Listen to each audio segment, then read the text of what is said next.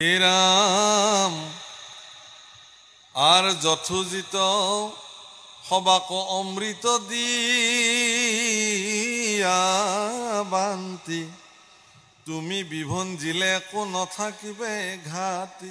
যাক যিমানখিনি যোগ্যতা প্ৰয়োজন অনুযায়ী তুমি ভগাই দিয়া, তুমি ভগালে কোনো আপত্তি নকৰে। আহা, এগৰাকী দৈত্য স্বভাৱ চাওক, দেৱতাৰো স্বভাৱ চাওক, এগৰাকী পৰমা সুন্দৰী অমৃত, তেওঁলোকৰ সৰ্বস্ব জীৱনৰ যি সম্পত্তি, যাক গোটেই জীৱন তেওঁলোকে কষ্ট কৰি পেলাই সমুদ্ৰৰ দৰে মন্থন কাৰ্য সম্পাদন কৰি যি অমৃত প্ৰাপ্তি হ'ল, সেই অমৃত এতিয়া এগৰাকী পৰমা সুন্দৰী শৰীৰ দেখি তেওঁকে অৰ্পণ কৰি দিলে।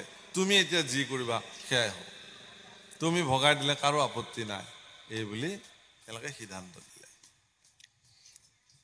অ হেন শুনি সুন্দৰী হাসিলামো চুকাই, কতক্ষণ আহিলে ক মাথা চপৰাই, আৰ লাজে পিঠি দিয়া পাছে বুলিলা বচন, তুমি হব বৰা বৰা কাশ্যপ নন্দন, আৰ কৃষক আমাক হেন কৰায়ো পহাস, কৈত শুনি আশা কৰে বিশ্বাত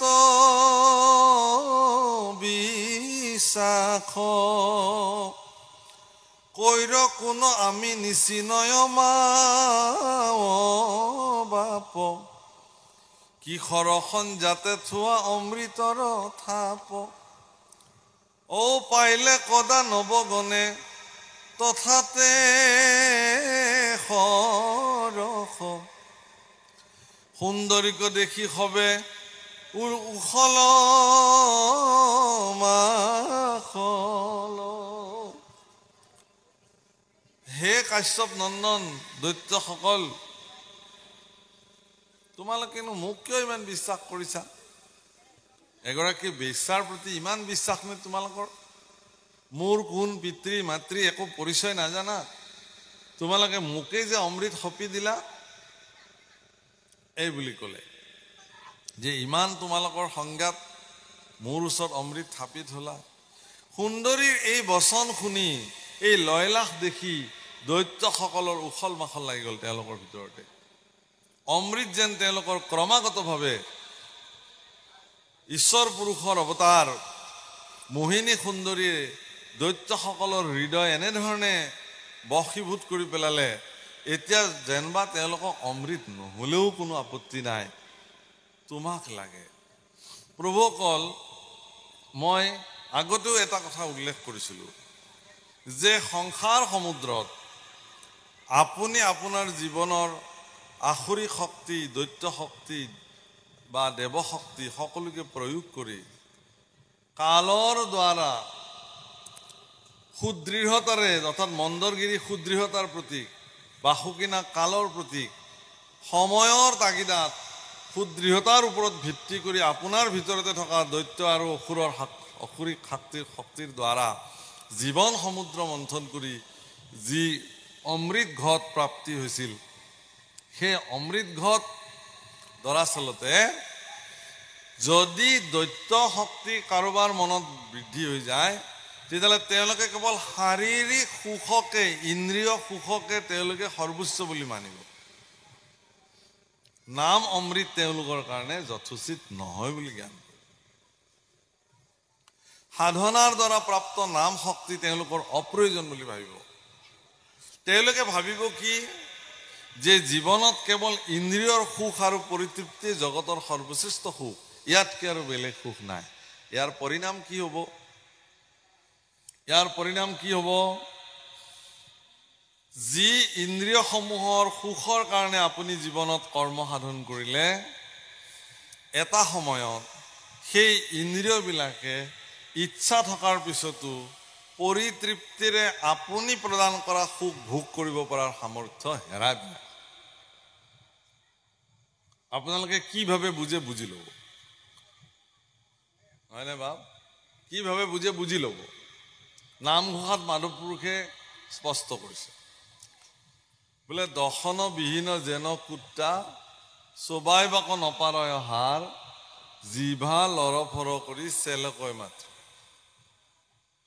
এটা সময়ত যৌৱন প্ৰাপ্ত অৱস্থাত কিছুমান ইন্দ্ৰিয়ৰ সুখৰ কাৰণে আমি যিমানবিলাক প্ৰয়াস কৰোঁ লাহে লাহে আয়ুষ সূৰ্য যেতিয়া অস্তাচলত গমন কৰিব বৃদ্ধাৱস্থালৈ যাব তেতিয়া সেই ইন্দ্ৰিয়সমূহৰ পৰিতৃপ্তি আপুনি কৰিব নোৱাৰে কাণ দুখনেৰে ভালকে নুশুনা হ'ব চকুৰে ভালকে নেদেখা হ'ব নাসিকাৰে সুগন্ধি ল'ব নোৱাৰা হ'ব জঠৰাগ্নিয়ে খোৱাখিনি পচাব নোৱাৰিব হজম কৰাব নোৱাৰিব ভৰি থৰক বৰক হ'ব অন্যান্য ইন্দ্ৰিয়সমূহ ভোগবিলাসী ইন্দ্ৰিয়সমূহ শিথিল হৈ যাব তেতিয়া মনৰ ভিতৰত কিন্তু ইন্দ্ৰিয় পৰিতৃপ্তি প্ৰচণ্ড লোভ তেতিয়াও থাকি যাব কিন্তু সন্মুখত দাঁত নোহোৱা কুকুৰ এটাৰ সন্মুখত যেতিয়া মাংস টুকুৰ থকাৰ পিছতো তেওঁৰ ইচ্ছাকৃতভাৱে মাংস টুকুৰ চবাই চবাই খাব নোৱাৰাৰ দুখে তেওঁক যেনেকৈ পীড়িব মানুহকো তেনেকৈ ইন্দ্ৰিয় পৰিতৃপ্তি পূৰ্ণভাৱে ভোগ কৰিব নোৱাৰাৰ যন্ত্ৰণাই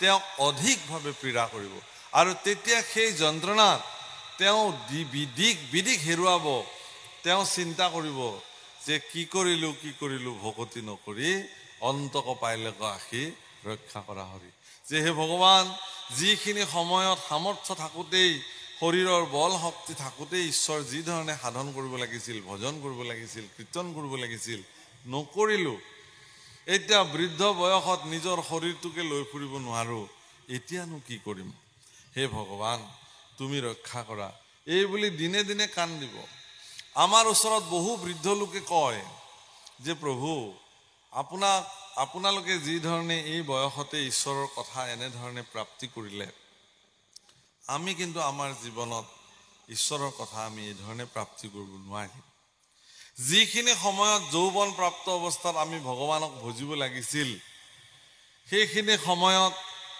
আমি কেৱল আৰু কেৱল ইন্দ্ৰিয় পৰিতৃপ্তিৰ মোহত মোহান্বিত হৈ আমি অন্যান্য কৰ্মত নিজক নিয়োজিত কৰি ৰাখিলোঁ মনুষ্য জীৱনৰ সাৰ্থক কৰ্ম হৰি ভজিব লাগে যে এই কথা আমাক কোনেও সোঁৱৰায়ো নিদিলে কাৰো ওচৰত সোঁৱৰিবলৈও নগ'লোঁ গুৰু প্ৰাপ্তি নহ'ল জীৱনত এতেকে আমিবিলাকে ইয়াৰ পৰা বঞ্চিত হৈ গ'লোঁ অমৃত ভাগৰ পৰা আমিবিলাক বঞ্চিত হ'লোঁ কেৱল আসুৰিক তৃপ্তি লোভত আমিবিলাকে অমৃতৰ পৰা বঞ্চিত হ'লোঁ গতিকে এতিয়া আকৌ সেই অমৃত বিচাৰি যি ধৰণে সামৰ্থ্য খালি কৰিব লাগে সেই সাৰ্থক শৰীৰত নাই এতেকে এতিয়া কি কৰিম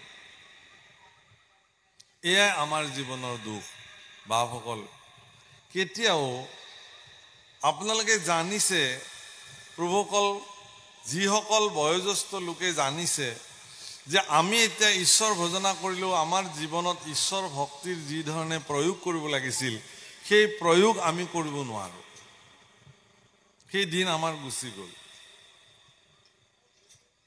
মই একদম মুকলিকে এটা কথা কৈছোঁ এহাল দম্পতীয়ে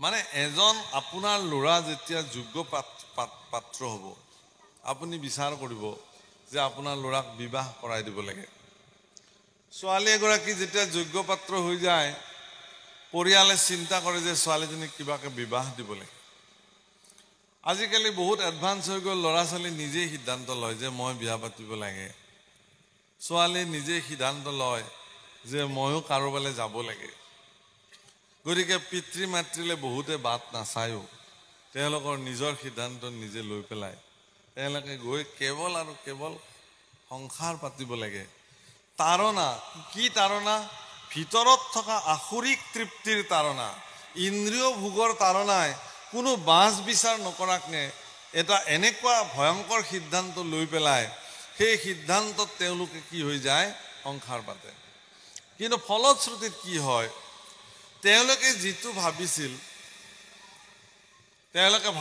যে সংসাৰ আমি দুজন লগ লাগিলে বহুত সুখী হৈ থাকিম তাৰ কাৰণে পিতৃ মাতৃও তেওঁলোকৰ কাৰণে বেয়া হৈ যায় জন্মদাতা পিতৃ মাতৃকো বেয়া কথা কয় সন্তানে যে মই কাৰোবাক ভাল পাইছোঁ মই কাৰোবাৰ হ'ব খুজিছোঁ তোমালোকে মোক কিয় বাধা দিছা কিন্তু পিতৃ মাতৃয়ে তেওঁলোকৰ সংসাৰৰ অভিজ্ঞতাৰে ছোৱালীক বা ল'ৰাক বুজাবলৈ যত্ন কৰিছে যে আমি যি যন্ত্ৰণা খালো সেই যন্ত্ৰণা তোমালোকে খাব নালাগে, আমি তোমালোকৰ ব্যৱস্থা কৰিছোঁ, তোমালোকে ধৈৰ্য ধৰা। কিন্তু সেই ধৈৰ্য ধৰিবৰ কাৰণে তেওঁলোকৰ সময় নাথাকে। তেওঁলোকে জন্মদাতা পিতৃ মাতৃক অৱহেলা কৰি অৱজ্ঞা কৰি বেয়া কথা কৈও তেওঁলোকে গৈ লগ লাগে। তাৰ পৰিণতি কি হয়, তেওঁলোকৰ যিটো সপোন আছিলে সেই সপোনটো বাস্তৱত যিদিনাখন পৰিণত হ'ব সিদিনাখন দেখে যে কথাটো ভবাৰ নিচিনাকেতো নহয়। সংসাৰ এখন পাতিলো, আমি দুটা পতি পত্নী হলো, বাছ সুখ আৰু সুখ, এনেকৈতো নহয়। আচল পৰীক্ষা তেতিয়াৰ পৰাহে আৰম্ভ হয়। সেইকাৰণে হে প্ৰভু কলাইসকল, আপোনাৰ ল'ৰাক আপুনি বিবাহৰ উপযোগী বুলি কোনদিনা ভাবে? যে ল'ৰা চাকৰি কৰে, ব্যৱসায় কৰে, উপাৰ্জনক্ষম, এতেকে তাক এজনী ছোৱালী আনি বিয়া দিব লাগে। ছোৱালীও যোগ্য পাত্ৰী হৈ গৈছে, বয়স হৈ গৈছে, তাইক বিয়া দিব লাগে, নহয়। ল'ৰাই আচলতে বিবাহ উপযোগী সিদিনাখন হয় যিদিনাখন তেওঁ সংসাৰ তত্ত্ব সম্পৰ্কে জ্ঞাত হয়। সংসাৰ কি বস্তু, সংসাৰত কেনেকে প্ৰৱেশ কৰিব লাগিব, কেনেকে পতি পত্নী সংসাৰখনত চলিব লাগিব, তাৰ এক এক সূত্ৰ শাস্ত্ৰসমূহত বৰ্ণন আছে। প্ৰভু সৎগুৰুসকলে আপোনাক এই কথা শিকাব যে কেনেকে স্ত্ৰী পুৰুষ হৈবে একমতি, তেবেশে সিজয় হৰিত ভকতি, হৰি ভকতি সাধন কৰি এখন সংসাৰ কেনেকে সুদৃঢ়তাৰে আগুৱাই লৈ যাব পাৰি। আৰু তেওঁলোকৰ মাজত আহিবলগীয়া যিবিলাক সতি সন্ততি, তেওঁলোক প্ৰকৃতাৰ্থত মহাপুৰুষৰ লেখীয়া চৰিত্ৰৱান চৰিত্ৰৱতী সন্তান সন্ততি তেওঁলোকৰ জীৱনলৈ যে আহিব, ইয়াৰ সূত্ৰও শাস্ত্ৰত বৰ্ণন হৈ আছে। গুৰুসকলে এই কথা নিশ্চিতভাৱে ক'ব পাৰে। কিন্তু ভয়ংকৰ কথাটো এইটোৱেই যে গুৰু ভজি পেলাই সংসাৰ ক্ষেত্ৰত যে ভৰি দিব লাগে, এনে ধাৰণা তেওঁলোকৰ মনত নাথাকিল কাৰণে বহু ব্যক্তিয়ে গুৰুবিহীনভাৱেই আধ্যাত্মিক জগতৰ কোনো ধৰণৰ শিক্ষা গ্ৰহণ নকৰাকে, সংসাৰ তত্ত্বৰ প্ৰকৃত বিশ্লেষণ তেওঁলোকৰ জীৱনত একো অনুধাৱন নকৰাকে তেওঁলোকে কেৱল সংসাৰ কৰিব লাগে আৰু ভোগ বিলাসত মত্ত হৈ ইন্দ্ৰিয় তৃপ্তি ভোগ কৰিব লাগে, এনে মানসিকতাৰে সংসাৰ কৰাৰ পৰিণতিত তেওঁলোকৰ যিবিলাক সতি সন্ততি জন্ম হ'ল, সেই সতি সন্ততিসমূহ গৰ্ভৰ পৰাই অসংস্কাৰী হৈ হৈ পৃথিৱীত জন্ম হ'ল। জন্মৰ পিছতো পিতৃ মাতৃ অসংস্কাৰী কাৰণে সন্তানেও কোনো ধৰণৰ সংস্কাৰ প্ৰাপ্তি নহ'ল। তাৰ ফলত এখিনি বোজা, এইবিলাক সন্তান সন্ততি পৃথিৱীত একো কাম নাই। যিবিলাক সন্তান সন্ততিয়ে পিতৃ মাতৃৰ কল্যাণৰ কথা নাভাবে, যিবিলাক সতি সন্ততিয়ে জগতৰ কল্যাণৰ কথা নাভাবে, যিবিলাক সতি সন্ততিয়ে ঈশ্বৰ পুৰুষক যে ভজিব লাগে এই কথা নাজানে, যিবিলাক সতি সন্ততিয়ে মনুষ্য জীৱনৰ সাৰ্থক কৰিবৰ কাৰণে সজ্জনসকলৰ সেৱা কৰিব নাজানে, সুদৃঢ় জীৱন সংযম নীতিৰ দ্বাৰা কেনেকে চলিব লাগিব এই কথা নাজানে, তেনেকুৱা সন্তান সন্ততি জগতত আপুনি এগালমান জন্মই দিলে দে, তেওঁলোকৰ পৰা পৃথিৱীৰ কি লাভ হ'ব? বৰং তেওঁলোকে পৃথিৱীৰ বোজা হৈ খাই লৈ থাকিব, তাৰ বাহিৰতে একো নাই। গতিকে এই ভুলটো আপুনি কৰি পেলালে ইতিমধ্যে, কাৰণ আগতে আপুনি নাজানিলে, আগতে আপুনি নাপালে, এই ভুল আপুনি কৰিলে। এতিয়া যিহেতু আপুনি এই ভুল ইতিমধ্যে কৰি পেলালে, ইয়াৰ শুধৰণি কি? ইয়াৰ এটাই শুধৰণি আছে, আপোনাৰ সতি সন্ততিক আপুনি এই সংস্কাৰ দিবৰ কাৰণে প্ৰয়াস কৰক যে আমি যি ভুল কৰিলো তোমালোকে নকৰিবা। তোমালোকে সুদৃঢ় বিশ্বাসেৰে ভগৱানৰ চৰণত আত্মসমৰ্পিত হৈ গুৰু গ্ৰহণ কৰি শাস্ত্ৰ সদাচাৰৰ নীতি সংযম অনুযায়ী তোমালোকে জীৱন অতিবাহিত কৰা, এইটোৱেই তোমালোকৰ কাৰণে শ্ৰেষ্ঠ পথ। এই কথাটো শাস্ত্ৰ সদাচাৰ শুনি আপোনালোকে গৈ ঘৰত জনাওক। প্ৰভুসকল, আজি ইয়াতে দেখিছোঁ যে সেৱা লৈছে আৰু আমাৰ বাপজনাই প্ৰসাদ দিছে, এই প্ৰসাদখিনি তেওঁলোকে ঘৰলৈ লৈ যাব। কিন্তু এইখিনি প্ৰসাদে প্ৰসাদ নে বাৰু? এইখিনি প্ৰসাদে প্ৰসাদ নে? প্ৰসাদ কি জানে? আজি যি ভাগৱত মন্থন কৰি যিখিনি অমৃত ওলাল, সেই অমৃতৰ ভাগ আপুনি ঘৰত গৈ পৰিয়াল পৰিজনক যদি বিতৰণ কৰিব পাৰিছে, তেতিয়াহে প্ৰসাদৰ ভাগ পাব। নহ'লে গালু বালু খলাকুটিৰ তাল, বৰ ভাল গাইছে তেখেতে, আমাৰ আনিছিলোঁ আমি তেখেতক, বৰ ভাল ভাগৱত পাঠ কৰিলে। কি ভাগৱত পাঠ কৰিলে? সেইটোহে নাজানিলোঁ, কিবা কিবি কৈছে অকণমান শুনিছোঁ, তাতে আছিলোঁ মই অৱশ্যে বহি। বহুত মানুহে নামঘৰত আহি পেলাই বিয়নী মেল পতাৰ কাৰণে এটা উৎকৃষ্ট স্থান হিচাপে বিবেচিত কৰে। কাৰণ তেওঁলোকে ভাবে কি যে অতগাল কথা জমা হৈ আছে, বাই আপোনাক পোৱা নাই, আজি পালোঁ, সেইফালে যি পঢ়ে পঢ়ি থাকক, মোৰ কথাখিনি শুনক। আৰু কাষৰজনীও বোলে হয় দেই আই, আৰু কথাখিনি শুনো, বোলে বৰ ডাঙৰ কথা হ'ল নহয়, আমুকৰ বোৱাৰীজনীৰ ঘটনাটো শুনা নাইনে, ইছ ৰাম, কওক কওক কওক। এতিয়া এইটো কথা নুশুনিলে মোৰ জীৱনে ব্যৰ্থ হৈ যাব, শুনিবই লাগিব, কাৰণ এইটো বহুত জৰুৰী কথা। সেইকাৰণে কাৰোবাৰ বোৱাৰীয়েকৰ বেয়া কথা, কাৰোবাৰ ছোৱালীৰ বেয়া কথা, কাৰোবাৰ মানুহৰ পৰিত্যক্ত জীৱনৰ কথা, সেইবিলাক যেতিয়া আপুনি ভাগৱত পাঠলৈ আহি নামঘৰলৈ আহি পেলাই যেতিয়া নাম সামৰিলে, প্ৰসাদ বিতৰণ হ'ব, বাছ এতিয়া আমাৰ আচল নামখন উলিয়াওক, দিয়ক বাই কওক, সিদিনাখন কথাখিনি আধৰুৱা হ'ল।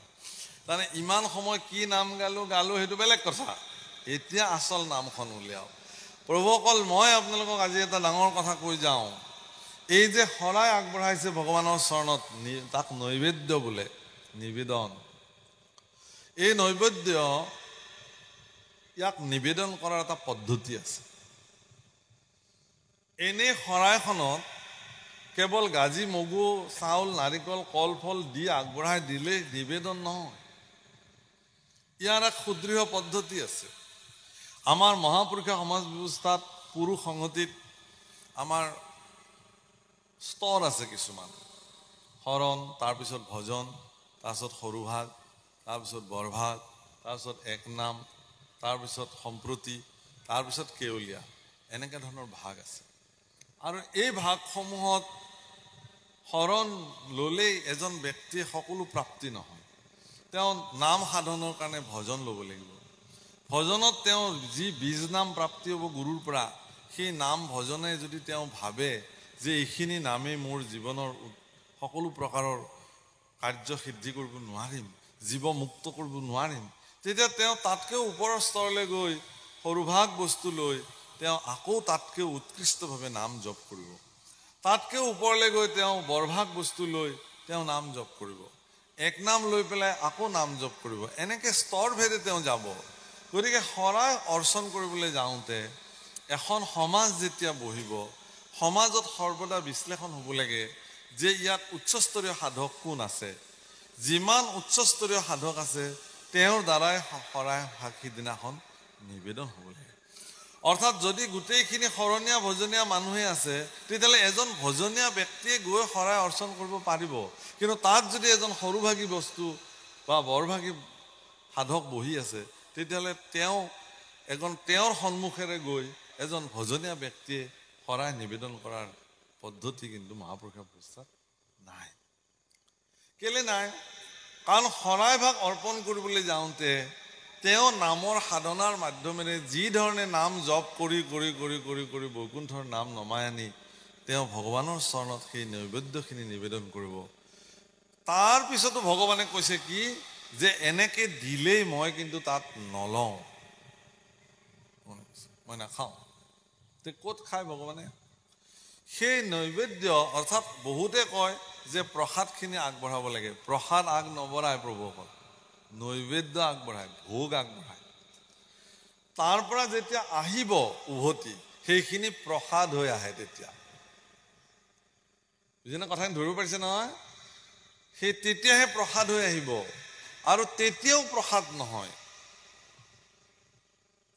নাম মুখে যিসকল ভকতে সেই প্ৰসাদ খাব, ভগৱন্ত পুৰুষে কৈছে যে তেওঁৰ ভিতৰতেই মই যিহেতু বহি আছো, তেতিয়াই ময়ো সেই নৈবেদ্য গ্ৰহণ কৰিম। অৰ্থাৎ আপুনি নাম গাই উঠিছে, শৰীৰ নামময় হৈ আছে, চিন্তন মনত নাম হৈ আছে, নামময় হৈ আছে। সেই নামৰ পিছতো মৌন হৈ ঈশ্বৰৰ নাম জপ কৰি ধ্যান কৰি থাকিব লাগে। দেউৰী বিলনীয়ে আগে আগে প্ৰসাদ দি থৈ যাব, সেৱা ল'ব। তাৰপিছত নাম চিন্তন কৰি ঈশ্বৰৰ নামেৰে যিসকলে প্ৰসাদ গ্ৰহণ কৰিব, তেতিয়াহে তেওঁ সেই প্ৰসাদ কৃপা হিচাপে প্ৰাপ্ত হ'ব। কিন্তু আপুনি নামমুখে আপুনি গোটেই বাৰে ভচহু কথা গোটেই গাল কাৰোবাৰ বেয়া চৰিত্ৰ কথা উলিয়ালে আপোনাৰ মুখ নামৰ মুখখন গৈ পেলাই বেলেগ মুখ এখন হ'ল, সেইখন মুখত গৈ আপুনি আৰু শৰাই দিলে, প্ৰসাদ দিলে, সেইবোৰ আৰু প্ৰসাদ হৈ থাকিলে। গতিকে আপুনি যি আলোচনা কৰে সেইবিলাকে আপোনাৰ জীৱনত ক্ৰীড়াশীল হ'ল। গতিকে ঈশ্বৰৰ সন্মুখত নিবেদিত মগুৱেও প্ৰসাদেও আপোনাৰ জীৱনত কিন্তু প্ৰসাদৰ কৃপা হ'ব নোৱাৰিলে, তাৰ পৰা আপুনি নিজেই বঞ্চিত হৈ গ'ল, আপুনি নিজেই বঞ্চিত হ'ল। সেইকাৰণে মহাপুৰুষে সাধন ব্যৱস্থাত গুৰুসকলে যি ধৰণে নিৰ্দেশনা দিছে তাক পালন কৰাটো যুক্তিসংগত। আপোনাৰ ল'ৰা ছোৱালীকো আপুনি শিকাওক যে বাবা এতিয়া কথা নক'বা, এতিয়া প্ৰসাদ আহিব, ঈশ্বৰৰ প্ৰসাদ, সেই প্ৰসাদ গ্ৰহণ কৰাৰ পিছত আমি সুদৃঢ়তা। কাৰণ এইখন এখন পবিত্ৰ মজিয়া, ই নামঘৰ। প্ৰভুসকল, নামঘৰ অৰ্থত ইয়াত ষষ্ঠী বিভক্তি ৰ উজ্জ্ব হৈ আছে, নামৰ ঘৰ, অৰ্থাৎ নামৰ সাধনা হয় কাৰণে ইয়াক নামঘৰ বোলে, কীৰ্তন হয় কাৰণে ইয়াক কীৰ্তন ঘৰ বোলে। মহাপুৰুষ শ্ৰীমন্ত শংকৰদেৱ গুৰুজনে আচলতে নামঘৰ বুলিও প্ৰতিষ্ঠা কৰা নাছিল, কীৰ্তন ঘৰ বুলিও প্ৰতিষ্ঠা কৰা নাছিলে, দেৱগৃহ বুলিয়ে প্ৰতিষ্ঠা কৰিছিলে। বৰদোৱাত পোনপ্ৰথম 19 বছৰ বয়সত দেৱগৃহ প্ৰতিষ্ঠা কৰিছে। গুৰুজনে আদৰ্শ দেখুৱাইছে কৃষ্ণ মন্দিৰ, ভগৱান নিবাস কৰিব য'ত। আৰু আমাৰ দৰে সেৱক ভক্তসকলে আহি তুমি সাক্ষাৎ ইয়াত আছা ভগৱান, কিয় আছা তুমি ইয়াতে? নাৰদৰ আগত ভগৱানে নিজে কৈছে, নাহম তিষ্ঠামি বৈকুণ্ঠে যোগিনাং হৃদয়ে ন চ মদ ভক্ত যত্ৰ গায়ন্তী তত্ৰ তিষ্ঠামি নাৰদম। য'ত মোৰ ভক্তসকলে মোৰ গুণানুকীৰ্তন কৰে মই তাতেই থাকোঁ, ইয়াত ঈশ্বৰৰ গুণানুকীৰ্তন হয় কাৰণে ইয়াত থাকিব ভগৱান। গতিকে ভগৱান ইয়াত আছে। এই পবিত্ৰ গৃহক আপোনালোকে ইয়াত পবিত্ৰ কথাৰহে আলোচনা হ'ব লাগে, পাৱন চৰিত্ৰ, ভগৱানৰ পাৱন চৰিত্ৰ বৰ্ণন হ'ব লাগে। ইয়াত কাৰোবাৰ অসৎ চৰিত্ৰ বিশ্লেষণ হ'ব নালাগে। মনত ৰাখিব, কেতিয়াও কোনো কাৰণত সেইকাৰণে কৈছে আপুনি ভকতক নিন্দা কৰিব নোৱাৰিব কোনো কাৰণত। আজিকালি এটা কথা হৈ পৰিছে, ইজন ভকতে সিজন ভকতক নিন্দা কৰে, ইজন ভকতে সিজন ভকতৰ দুখ খুচৰি ফুৰে। এইটো তেওঁলোক নামৰ 1 নম্বৰ অপৰাধী। ভকতক নিন্দৈ অধম জানিবা নামৰ দ্ৰোহী পৰম, পৰম মানে শ্ৰেষ্ঠ, একদম 1 নম্বৰৰ অপৰাধী তেওঁ। আপুনি কোনো ভকতক নিন্দা কৰিব নোৱাৰিব। আপোনাৰ দৃষ্টিত যদি পৰিছে কোনোবা ভকতে অপকৰ্ম সাধন কৰিছে, বেয়া কাম কৰিছে, তাৰ ফলশ্ৰুতি তেওঁ ভোগ কৰিব প্ৰভুসকল, ঈশ্বৰে দিব তেওঁক, আপুনি চিন্তাই কৰিব নালাগে। বিচাৰ আপুনি কৰিবলগীয়া নাই নহয়। যিজন বহি আছে সৰ্বসাক্ষী ৰূপে, আপোনাৰ ভিতৰতে 14 জন সাক্ষী বহি আছে। নামঘোষাত কৈছে তুমি মোক ভান্দিবা মই তোমাক ভান্দিম, 14 সাক্ষীক ভান্দিব কেনে উপায়। মোৰ ভিতৰতে 14 জনে একদম সুদৃঢ় চোকা দৃষ্টিৰে বহি আছে। মই মোৰ জীৱনত কি কৰিছোঁ তাৰ এক এক সাক্ষী ভগৱানৰ ওচৰত দিবৰ কাৰণে তেওঁলোক বহি আছে। গতিকে মই সাৰি যাব নোৱাৰিম প্ৰভু, মই সাৰি যাব নোৱাৰোঁ। আপোনালোকৰ সন্মুখত এই কথা সকলোৰে সন্মুখত জ্ঞাত হওক যে গতিকে কোনে কি কৰিছে তাৰ ফলশ্ৰুতি তেওঁ ভোগ কৰিব। আপুনি মই নিন্দা কৰাৰ প্ৰয়োজন নাই। আপোনাৰ মোৰ এটাই দৃষ্টি যে আপোনালোক ভকতক সেৱা কৰিব লাগে। একাদশ স্কন্ধত নিমিনৱসিদ্ধ সংবাদত ভাগৱত ধৰ্মৰ কথা ক'বলৈ যাওঁতে মহাপুৰুষে খুব কৌশল কৰি এটা শ্লোক লিখিছে, এইটো বিতৰ্কও কৰে বহুতে। কি কৈছে? ভকত প্ৰতিমা মোৰ 2 অধিষ্ঠান, 2ৰো সেৱা দৰিখনে কৰিবে বহুমান। ভকত প্ৰতিমা মোৰ 2 অধিষ্ঠান, ভকতো মোৰ অধিষ্ঠান, প্ৰতিমাও মোৰ অধিষ্ঠান। মই ভকততো থাকোঁ, প্ৰতিমাতো থাকোঁ। বহুতে এনেকে ক'ব খোজে, বাৰু এনেকেও মিছা নহয়, এইটোও হয়। কাৰণ প্ৰতিমা মানে কেৱল শিলৰ মাটিৰ সোণৰ নহয়, বাংময় মূৰ্তি। ভাগৱতকো আমি ভাগৱত ভগৱানৰ মূৰ্তি বুলি ভাবোঁ, ইয়াত ভগৱান বিদ্যমান হৈ আছে। কিন্তু বাক্যটো এনেকে ক'লে বেছি ভাল হয়, ভকত প্ৰতিমা মোৰ, ভকতেই মোৰ প্ৰতিমা। তুমি ভকতক ভকত বুলিও এটা অধিষ্ঠানত সেৱা কৰিব পাৰা, আৰু মোৰে সাক্ষাৎ মূৰ্তি বুলি তুমি ভকতক পুজিব পাৰা। এই 2টা অধিষ্ঠানত আজি যে ইয়াত ভকতসকল আহি বহিছে, আমি এওঁলোকক ভকত 4 যুগৰ শ্ৰেষ্ঠ বস্তু ভকত বুলিও সেৱা কৰিব পাৰোঁ, আৰু এইবিলাক সাক্ষাৎ ঈশ্বৰৰ প্ৰতিমূৰ্তি ইয়াত বহি আছে এই দৃষ্টিৰেও চাব পাৰোঁ। 2টা অধিষ্ঠানত চাওঁ, 2টাই উত্তম, কোনো কম নহয়। সেইকাৰণে আমি যিকোনো এজন ভকতক দেখিলে বা কৃষ্ণ বা প্ৰভু ঈশ্বৰ বুলি আমি তেওঁক সেৱা কৰোঁ। কিয়? যে আপোনাৰ ভিতৰত সাক্ষাৎ ভগৱান বিদ্যমান হৈ আছে, সেইকাৰণে মই আপোনাক সেৱা কৰিছোঁ। আপোনাৰ শৰীৰটোক মই সেৱা কৰা নাই, আপোনাৰ ভিতৰত চিৰ চৈতন্য স্বৰূপে ভগৱান যি বিদ্যমান হৈ আছে, সেই ভগৱানক মই সেৱা কৰিছোঁ। শৰীৰটো এটা আপোনাৰ যিটো নাম, সেই নামটো শৰীৰৰ নাম, কিন্তু আমাৰ সকলোৰে এটাই নাম, সেই নামটো হ'ল আমি আত্মা। গতিকে আমিবিলাকে এই কথা জানিও কেৱল ইন্দ্ৰিয় সুখৰ কাৰণে যদি জীৱনৰ সৰ্বশ্ৰেষ্ঠ উপাৰ্জন নাম ধন তাকো যদি আমি জলাঞ্জলি দিছোঁ, তেতিয়াহ'লে আমি নিশ্চিতভাৱে অসুৰ হ'ব গৈছোঁ। এগৰাকী সুদৰ্শন মহিলা, এগৰাকী মোহিনীক ৰূপত ভুল গৈ দেৱতাসকলে তেওঁলোকৰ জীৱনৰ সাংঘাতিকভাৱে কষ্টোপাৰ্জিত অমৃতৰ ঘট সেই মোহিনীৰ হাতত তেওঁলোকে কি কৰিলে? অৰ্পণ কৰি দিলে। তোমাৰ শাৰীৰিক সুখ তোমাক প্ৰাপ্তি হ'ব লাগে, তাৰ কাৰণে অমৃত নহ'লেও হ'ব, এনেকুৱা ভাৱনাৰে তেওঁলোকে অমৃতৰ ঘট ভগৱানৰ হাতত কি মোহিনীৰ হাতত সমৰ্পণ কৰে। হে ৰাম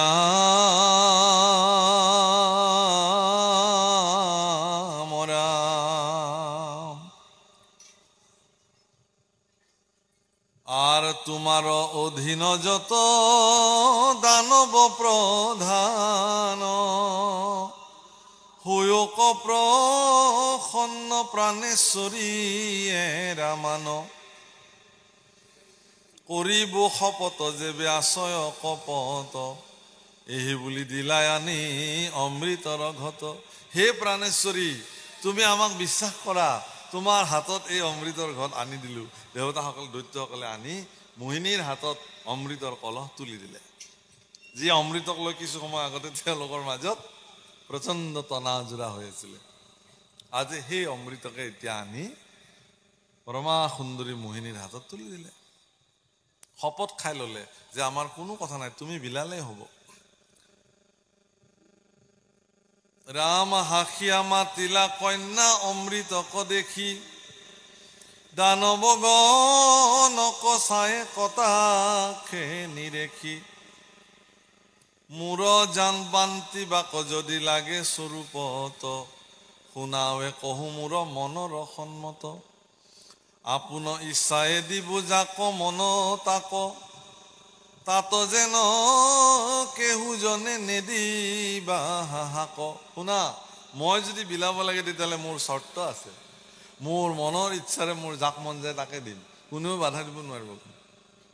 এওঁক কিয় দিলা, মোক কিয় নিদিলা বুলি ক'ব নোৱাৰিব। কিন্তু বান্ধি পেলালে বাক্যৰে, অ কৃষ্ণ, চুক্তিৰে বান্ধি পেলালে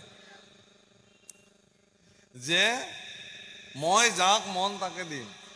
প্ৰভুসকল এইটোও ঠিক যে জগতৰ শ্ৰেষ্ঠ নাম অমৃত সাধকসকলৰ কাৰণেহে ভগৱানে অৰ্পণ কৰিছে, যাক ইচ্ছা তাকে দিব। যিজন প্ৰাপ্তি নহয় তেওঁক ভগৱানে নিদিয়ে। হে ৰাম, আৰ আপোন ইচ্ছা ৰাম তেবে এটি ক্ষণে হবে কৰা বোলমাত, নুহি কিয় কৰি বহু লোক হাসিয়াত, হেন শুনি দৈত্যগণে মাতে সত্য কৰি, নিষ্ট কৰি লোৱা হেৰা আমি খান্দা ধৰি, নেদি বহু হাক তুমি যাক লাগে দিয়া, এভু প্ৰাণেশ্বৰী তেবে নতা পয়হিয়া। আমি একো নকওঁ, এই খান্দা হাতত ধৰি আমি শপত খালো, হে পৰমা সুন্দৰী, তুমি যাক মন যায় তাকে দিবা, কিন্তু তুমি আৰু আমাক মনত তাপ নিদিবা, তুমি আমাক সংগ দিয়া, বাকী অমৃত তুমি যাকে দিলে তাকে দিবা, সেইবুলি কৈছো। আর হেন শুনি ভৈলা কন্যাই আনন্দ হৃদয়, গুচিল মনত জীৱা আছিল সংশয়, দেৱতাক চাহি পাছে দিলা হাত বাও, দৈত্য কবুলন্ত হৈ পবিত্ৰ স্বভাৱ, ইটো দিব্য অমৃতক ভুঞ্জি অনিয়মে, শাৰী হুয়া বসা সবে দেও অনুক্ৰমে শুনি দেৱ দানৱে কন্যাৰ সমিধান সাগৰত নামিয়া কৰিলা স্নান দান। শুনা, তোমালোকে পবিত্ৰ অন্তৰেৰে সাগৰত স্নান কৰি আহা, শুদ্ধ হোৱা, নিয়ম সংযমেৰে শাৰী পাতি বহা, মই এতিয়া তোমালোকক অমৃত বিতৰণ কৰিম। এফালে দেৱতাসকল বহিলে, এফালে দৈত্যসকল বহিব। আৰ সাৰাম নিতকৃত্য সমাপিয়া পিন্ধিলে ক ধুতি দেৱক অৰ্চিয়া দিলা বনিত আহুতি। আৰ লিপি মুচি পবিত্ৰ কৰিলা কতো দূৰ বহিলা সমাজ পাতি যত দেৱাসুৰ। লগাইলে ক ধূপ দীপ আতি আমোদিত পৰম আনন্দে সবে হুয়া শালংকৃত। ৰাম আৰান্ত কৰিয়া পৃথিৱীত কুশ পাৰি আচন্ত কৰিয়া পৃথিৱীত কুশ পাৰি বখিলন্ত দেৱ দৈত্য হুয়া দুই শাৰী। এক ভীতি দৈত্য আউৰ ভীতি হুল হুবইলা দেৱ উখল মিখল হুইবে নপাৱন্ত কেৱ। দেৱৰ মধ্যত বখিলন্ত শ্ৰী হৰি একৰূপে আচন্ত মোহিনী বেশ ধৰি। এফালে দৈত্যসকল বহিলে, এফালে দেৱতাসকল বহিলে, আৰু মাজতে ঈশ্বৰ পুৰুষ বহিলে দেৱনাৰায়ণ। আৰু আন এটা স্বৰূপত তেওঁৱে মোহিনী ৰূপে অমৃতৰ ঘৰ হাতত ধৰি বিতৰণ কৰিবলৈ ওলালে। হে ৰাম অমৃতৰ ঘটক কাষত তুলি লৈলা অতি লয়লা শেষ মজ্জাক লাগিল গৈলা। কুশ কুম্ভ ভৰে আতি শিথিল গমনে ৰুণু জুনু কৰিবা যে নুপুৰ চৰণে।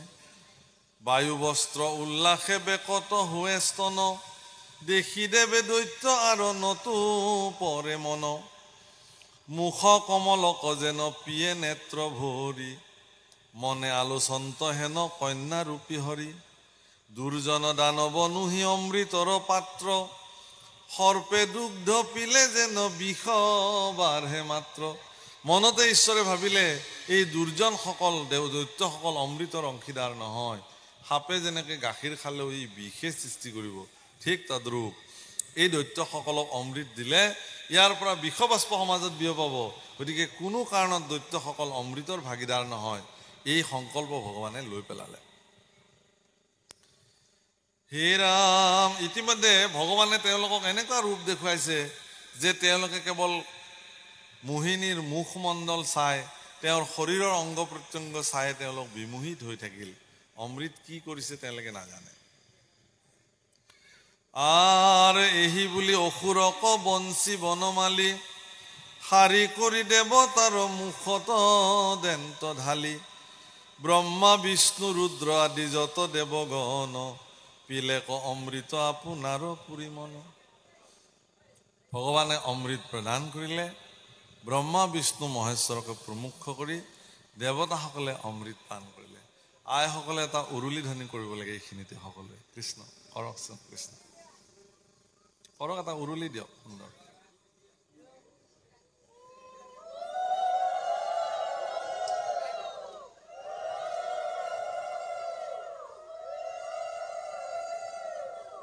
কৃষ্ণ ঈশ্বৰৰ কৃপাৰে এই অমৃত আপোনালোক সকলোৰে প্ৰাপ্ত হওক, এই বাঞ্ছা কৰিলোঁ।